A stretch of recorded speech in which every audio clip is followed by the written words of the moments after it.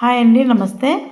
ఉల్లికాడలతో పకోడీ ఎలా తయారు చేయాలో చూద్దాం. ఈ సైజు కట్ చేసుకొని నీళ్ళలో బాగా వాష్ చేసి ఒక బౌల్లో వేసుకొని 1 కప్పు శనగపిండి, రుచికి తగినంత కారము, కొద్దిగా పసుపు, జీరా పౌడరు, 2 టేబుల్ స్పూన్లు పొడి బియ్యం పిండి, అలాగే రుచికి తగినంత సాల్టు, కొద్దిగా సోంపు, కొద్దిగా అల్లం వెల్లుల్లి పేస్ట్ వేసి నలిపినట్టుగా కలుపుకోవాలి.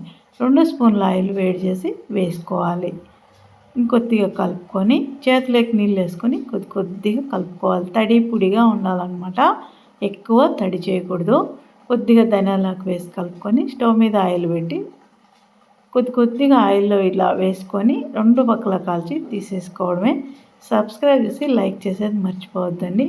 అంతే అండి, ఉల్లికాడలతో పకోడీ సూపర్గా ఉంటుందండి టేస్ట్. ఒకసారి ట్రై చేసి చూడండి. సబ్స్క్రైబ్ చేసుకోండి. Thank you.